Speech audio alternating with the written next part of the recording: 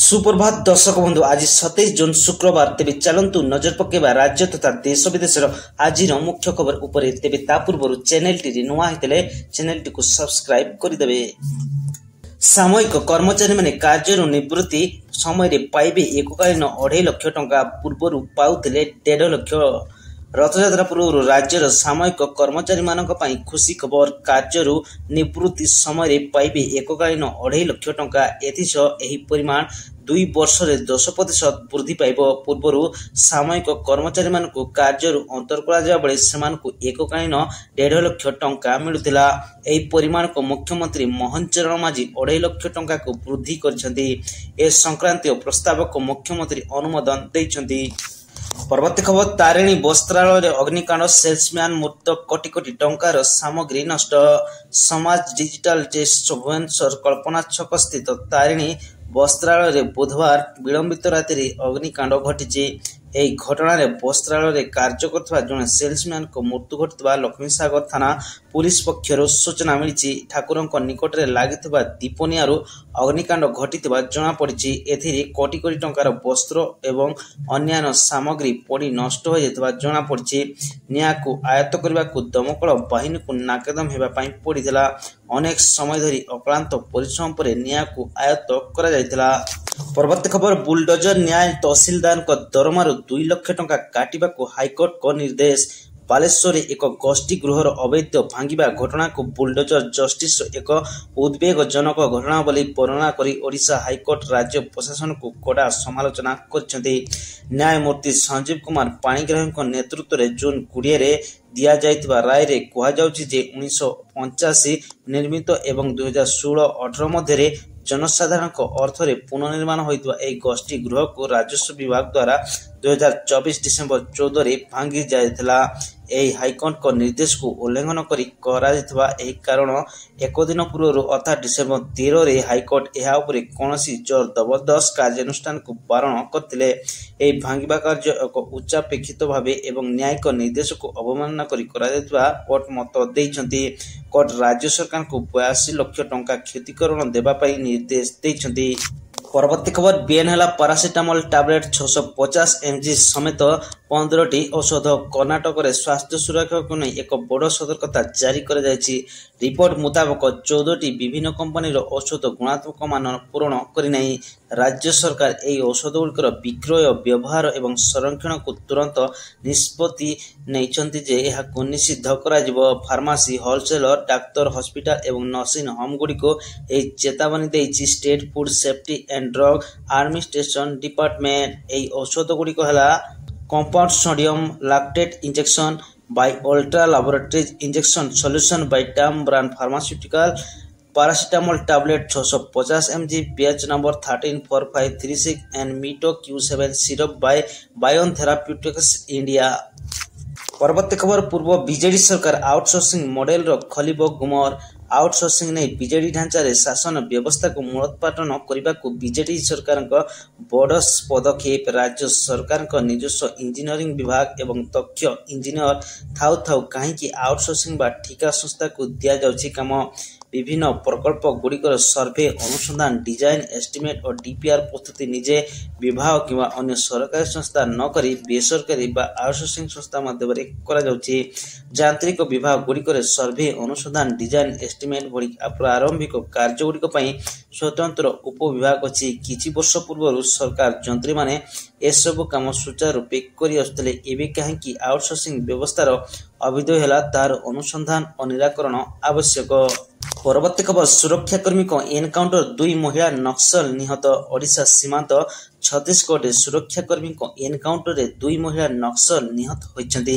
नारायणपुर जिला अबुझामाड़ जंगल रे सुरक्षाकर्मी एवं नक्सल मुहांमुही होइतले।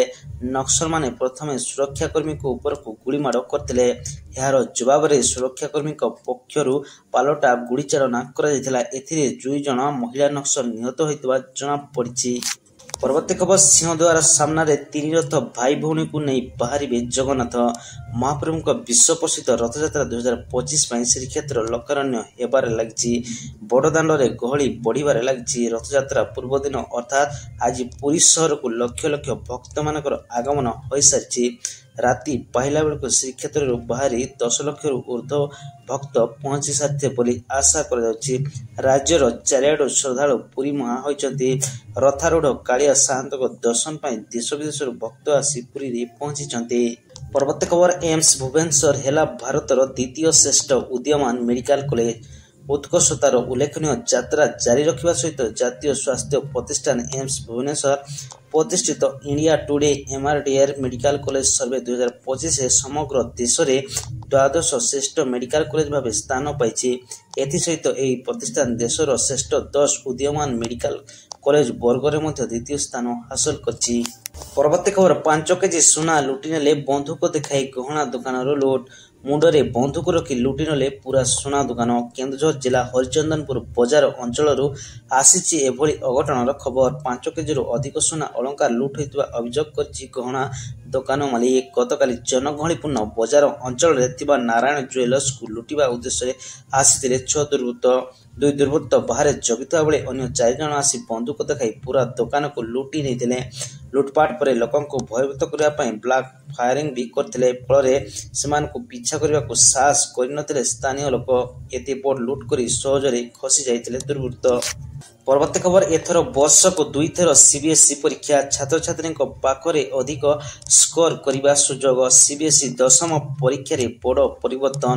ଏଣିକୁ ବର୍ଷକୁ 2 ଥର ସିବିଏସ୍ଇ ବୋର୍ଡ ପରୀକ୍ଷା ଦେବେ ଛାତ୍ରଛାତ୍ରୀ। ଛାତ୍ରଛାତ୍ରୀଙ୍କ ସ୍କୋରରେ ଉନ୍ନତି ଆଣିବାକୁ କେନ୍ଦ୍ରୀୟ ମାଧ୍ୟମିକ ଶିକ୍ଷା ବୋର୍ଡ ପକ୍ଷରୁ ଏଭଳି ଉଦ୍ୟମ କରାଯାଇଛି। ନୂଆ ଯୋଜନା 2026ରୁ କାର୍ଯ୍ୟକାରୀ ହେବ। ନୂଆ ଯୋଜନା ଅନୁସାରେ ପ୍ରଥମ ପରୀକ୍ଷା ଫେବୃଆରୀ ଏବଂ ଦ୍ୱିତୀୟ ପରୀକ୍ଷା ମେ ମାସରେ ହେବ। ପରବର୍ତ୍ତୀ ଖବର ବିହାର ଶିକ୍ଷା ବ୍ୟବସ୍ଥାର ବିଚିତ୍ର ଚିତ୍ର। ଘରୋଇ ସ୍କୁଲକୁ ବଦଳି ହେଉଛନ୍ତି ସରକାରୀ ଶିକ୍ଷକ। ସଭ୍ୟତା ବିକାଶର ମୂଳ ହେଉଛି ଶିକ୍ଷା। ଶିକ୍ଷା ମଣିଷରୁ ଅନ୍ଧାରକୁ ଆଲୋକ ଆଡ଼କୁ ନେଇ ଯାଇଥାଏ। ହେଲେ ପ୍ରତିବର୍ଷ ରାଜ୍ୟ ସରକାରଙ୍କ ଠାରୁ କେନ୍ଦ୍ର ସରକାର ପର୍ଯ୍ୟନ୍ତ ଶିକ୍ଷା ଉପରେ ବଜେଟ୍ କମ୍ କରୁଥିବା ବେଳେ ଏବେ ଶିକ୍ଷାର ଅବ୍ୟବସ୍ଥାକୁ ନେଇ ବିହାରରୁ ଆସିଛି ଏକ ବଡ଼ ଖବର। ଏହାକୁ ନେଇ ରାଜନୀତି ସରଗରମ ହେଉଛି। ବିରୋଧୀ ଦଳ ନେତା ତେଜସ୍ୱୀ ଯାଦବ ଶିକ୍ଷା ରୋଜଗାରକୁ ପସନ୍ଦ କରୁଥିବା ବେଳେ ଆରଜେଡି ଓ ବିଜେପି ମେଣ୍ଟରେ ଚାଲିଥିବା ସରକାର ଜାତି ଧର୍ମକୁ ପସନ୍ଦ କରିଛି। ଏହାରି ଭିତରେ ବିହାର ଶିକ୍ଷା ବିଭାଗର ଏଭଳି କିଛି ଖବର ଏବେ ବିରୋଧୀ ନୀତିଶ ସରକାରଙ୍କୁ ଘେରିବାକୁ ବଡ଼ ସୁଯୋଗ ଦେଇଛି। ବିହାରର ପଶ୍ଚିମ ଚମ୍ପାରଣ ଜିଲ୍ଲାର ଶିକ୍ଷା ବିଭାଗ ନାମରେ ଏକ ସାଂଘାତିକ ଅଭିଯୋଗ ଆସିଛି। ଜିଲ୍ଲାର କିଛି ସରକାରୀ ଶିକ୍ଷକଙ୍କ ବଦଳି ଘରୋଇ ମିଶନାରୀ ସ୍କୁଲ ମଦ୍ରାସା ସ୍କୁଲକୁ କରିଦିଆଯାଇଛି। ପରବର୍ତ୍ତୀ ଖବର 12 ଘଣ୍ଟାରେ ଘୂର୍ଣ୍ଣିବଳୟ ନେଇପାରେ ଲଘୁଚାପ ରୂପ। 2 ଦିନ ପ୍ରବଳ କାଚିବ। 12 ଘଣ୍ଟାରେ ସୃଷ୍ଟି ହୋଇପାରେ ଲଘୁଚାପ। ଗତକାଲି ଉତ୍ତର ପଶ୍ଚିମ ବଙ୍ଗୋପସାଗର ପାର୍ଶ୍ୱବର୍ତ୍ତୀ ଉତ୍ତର ଓଡ଼ିଶା ଏବଂ ପଶ୍ଚିମବଙ୍ଗ ଉପକୂଳରେ ଘୂର୍ଣ୍ଣିବଳୟ ସକ୍ରିୟ ରହିଛି। ଏହାର ପ୍ରଭାବରେ ଆଗାମୀ 12 ଘଣ୍ଟା ମଧ୍ୟରେ ସମାନ ଅଞ୍ଚଳରେ ଲଘୁଚାପ କ୍ଷେତ୍ର ସୃଷ୍ଟି ହେବ। ଆଜି 4 ଜିଲ୍ଲାରେ ପ୍ରବଳରୁ ଅତି ପ୍ରବଳ ବର୍ଷା ହେବାର ସମ୍ଭାବନା ରହିଛି। ମୟୂରଭଞ୍ଜ, କେନ୍ଦୁଝର, ସମ୍ବଲପୁର ଓ ସୁନ୍ଦରଗଡ଼ରେ ପ୍ରବଳରୁ ଅତି ପ୍ରବଳ ବର୍ଷା ହୋଇପାରେ। ଏହିସବୁ ଜିଲ୍ଲାକୁ ଅରେଞ୍ଜ ୱାର୍ଣ୍ଣିଂ ଜାରି କରାଯାଇଛି। ପରବର୍ତ୍ତୀ ଖବର ଗଞ୍ଜେଇ ମୁକ୍ତ ହେବ ଓଡ଼ିଶା। ଆଇନ ମନ୍ତ୍ରୀଙ୍କ ପ୍ରତିକ୍ରିୟା। ଗଞ୍ଜେଇ ମୁକ୍ତ ହେବ ଓଡ଼ିଶା। ରାଜ୍ୟରେ ବିଭିନ୍ନ ଜାଗାରେ ଜନଜାତିର ଲୋକଙ୍କୁ ପ୍ରଲୋଭିତ କରାଇ ଅନେକ ଜାଗାରେ ଚୋରା ଗଞ୍ଜେଇ ବ୍ୟବସାୟ କରାଯାଉଛି। ଏବର୍ଷ ସର୍ବାଧିକ ଗଞ୍ଜେଇ ଚାଷ ନଷ୍ଟ କରାଯାଇଛି କହିଛନ୍ତି ଅବକାରୀ ମନ୍ତ୍ରୀ ପୃଥ୍ୱୀରାଜ ହରିଚନ୍ଦନ। ଆଗାମୀ ଦିନରେ ଜନଜାତିର ଗରିବ ଲୋକଙ୍କୁ ମିଛ କହି ଯେଉଁମାନେ ଗଞ୍ଜେଇ ଚାଷ କରନ୍ତି ସେମାନେ ସରକାରଙ୍କ ଉପରେ ନଜର ରଖିଛନ୍ତି। ଗଞ୍ଜେଇ ଚାଷ କରୁଥିବା ଜନଜାତିକୁ ଏହାର ବିକଳ୍ପ ଜୀବିକା କ'ଣ ହୋଇପାରିବ ତା ଉପରେ ଆଲୋଚନା କରି ସରକାର ସୁଯୋଗ ଦେବେ। ଗଞ୍ଜେଇ ଚାଷରୁ ନିବୃତ୍ତ ରହିବା ପାଇଁ ଲୋକଙ୍କୁ ସଚେତନତା କରାଯାଉଛି। ପରବର୍ତ୍ତୀ ଖବର ରଥଯାତ୍ରାର ପୂର୍ବରୁ anti drone system active. Shrimandir ନିକଟରେ ନିଷ୍କ୍ରିୟ ହେଲା ଗୋଟିଏ ଡ୍ରୋନ୍। ରଥଯାତ୍ରାର ଦିନକ ପୂର୍ବରୁ ଆକ୍ଟିଭ ହେଲା ଆଣ୍ଟି ଡ୍ରୋନ୍ ସିଷ୍ଟମ। ପ୍ରଥମ ଦିନରେ ନିଷ୍କ୍ରିୟ ହେଲା ଶ୍ରୀମନ୍ଦିର ପାର୍ଶ୍ୱବର୍ତ୍ତୀ ଅଞ୍ଚଳରେ ଉଡୁଥିବା ଡ୍ରୋନ୍। ଗୋଟିଏ ଡ୍ରୋନ୍ ଜବତ କରିଛି ପୁଲିସ। ଶ୍ରୀମନ୍ଦିର ନ ଫ୍ଲାଇଂ ଜୋନ୍ରେ ଡ୍ରୋନ୍କୁ ନିଷ୍କ୍ରିୟ କରିବା ପାଇଁ ଆରମ୍ଭ ହୋଇଛି ଆଣ୍ଟି ଡ୍ରୋନ୍ ସିଷ୍ଟମ। ପରବର୍ତ୍ତୀ ଖବର ରଥଯାତ୍ରା ଦେଖିବା ପାଇଁ ଆସୁଛନ୍ତି ଉପରାଷ୍ଟ୍ରପତି। ଭକ୍ତମାନଙ୍କ ପାଇଁ କରାଯାଇଛି ସ୍ୱତନ୍ତ୍ର ବ୍ୟବସ୍ଥା। ପୁରୀ ରଥଯାତ୍ରା ଦେଖିବା ପାଇଁ ଆସୁଛନ୍ତି ଉପରାଷ୍ଟ୍ରପତି ଜଗଦୀପ ଧନକଡ଼। ଏହା ସହ ଅନେକ ଶିଳ୍ପପତି ଏବଂ ଭିଭିଆଇପି ମଧ୍ୟ ପୁରୀ ଆସି ରଥଯାତ୍ରା ଦେଖିବେ। ପ୍ରଭୁ ଜଗନ୍ନାଥଙ୍କୁ ଦର୍ଶନ କରିବେ। କେନ୍ଦ୍ରମନ୍ତ୍ରୀମାନେ ଆସିବେ ପୁରୀକୁ। ବର୍ତ୍ତମାନ ସୁଦ୍ଧା 10ରୁ 12 ଜଣଙ୍କ ତାଲିକା ଆସିଛି। ରଥଯାତ୍ରା ପାଇଁ ପୁରୀକୁ କୋଣ ଅନୁକୋଣରୁ ଭକ୍ତ ଆସିବେ ଦର୍ଶନ କରିବେ। ସେଥିପାଇଁ ପରିବହନ ବିଭାଗ ତରଫରୁ ପ୍ରତି ଜିଲ୍ଲାରୁ ବସ୍ ଆସିବ। 28ଟି ଜାଗାରେ ପାର୍କିଂ ବ୍ୟବସ୍ଥା କରାଯାଇଛି। ପରବର୍ତ୍ତୀ ଖବର ମହାକାଶରେ ପହଞ୍ଚିବା ପରେ ଶିଶୁ ଭଳି ଚାଲିବା ଶିଖୁଛି ଶୁଭାଂଶୁ। ଭାରତୀୟ ମହାକାଶଚାରୀ ଶୁଭାଂଶୁ ଶୁକ୍ଲା ସ୍ପେସ୍ ଏକ୍ସର ଆକ୍ସିଅମ୍ 4 ମିଶନରେ ଯାଇ ମହାକାଶରେ ପହଞ୍ଚି ଯାଇଛନ୍ତି। ଶୁଭାଂଶୁ ଶୁକ୍ଲା ମହାକାଶରେ ପହଞ୍ଚିବା ମାତ୍ରେ ଭିଡିଓ କଲ୍ କରି ତାଙ୍କ ଅଭିଜ୍ଞତା ବିଷୟରେ ବିଶ୍ୱକୁ ଜଣାଇଥିଲେ। ଶୁଭାଂଶୁ ଗୁରୁବାର ସକାଳେ ଆମେରିକା, ପୋଲାଣ୍ଡ ଏବଂ ହଙ୍ଗେରୀର ଅନ୍ୟ 3 ଜଣ ମହାକାଶଚାରୀଙ୍କ ସହିତ ମହାକାଶରେ ପହଞ୍ଚି ଯାଇଛନ୍ତି। ଶୁଭାଂଶୁ ଶୁକ୍ଲା ଭିଡିଓ କଲ୍ କରି କହିଥିଲେ, ନମସ୍କାର, ମୁଁ ଏବେ ଜିରୋ ଗ୍ରାଭିଟି ବା ଶୂନ୍ୟ ଗୁରୁତ୍ୱାକର୍ଷଣର ଅଭ୍ୟାସ କରିଛି। ଯେପରି ଜଣେ ଶିଶୁ ଚାଲିବା ଶିଖିଥାଏ କିମ୍ବା ସେ କିପରି ଚାଲିବ ତାହା ଶିଖିବାକୁ ଚେଷ୍ଟା କରିଥାଏ, ମୁଁ ଏବେ ସେପରି କରିବା ପାଇଁ ଚେଷ୍ଟା କରୁଛି। ପରବର୍ତ୍ତୀ ଖବର, ପରାଜୟ ପରେ ବଦଳିଲା ଭାରତୀୟ ଟିମ୍, ଦଳରୁ ବାଦ୍ ପଡ଼ିଲେ ଦ୍ରୁତ ବୋଲର ହର୍ଷିତ ରାଣା। ଇଂଲଣ୍ଡ ବିପକ୍ଷ ପ୍ରଥମ ଟେଷ୍ଟ ମ୍ୟାଚ୍ ପୂର୍ବରୁ ଭାରତୀୟ କ୍ରିକେଟ ଦଳରେ ବଡ଼ ପରିବର୍ତ୍ତନ ହୋଇଛି। ଦ୍ରୁତ ବୋଲର ହର୍ଷିତ ରାଣାଙ୍କୁ ଲିଡ୍ସରେ ଖେଳାଯାଇଥିବା ପ୍ରଥମ ଟେଷ୍ଟ ପାଇଁ ଟିମ୍ ଇଣ୍ଡିଆର ସାମିଲ କରାଯାଇଥିଲା, କିନ୍ତୁ ବର୍ମିଂହାମ୍ରେ ହେବାକୁ ଥିବା ଆଗାମୀ ଟେଷ୍ଟ ପୂର୍ବରୁ ତାଙ୍କୁ ଦଳରୁ ବାଦ୍ ଦିଆଯାଇଛି। ତେବେ ଆଜିର ମୁଖ୍ୟ ଖବର ଆଜି ପାଇଁ ଏତିକି। ଯଦି ଭିଡ଼ିଓଟି ଭଲ ଲାଗୁଛି ତେବେ ଲାଇକ୍ସ ଏବଂ ସବସ୍କ୍ରାଇବ୍ କରିବା ପାଇଁ ଜମାରୁ ଭୁଲନ୍ତୁ ନାହିଁ।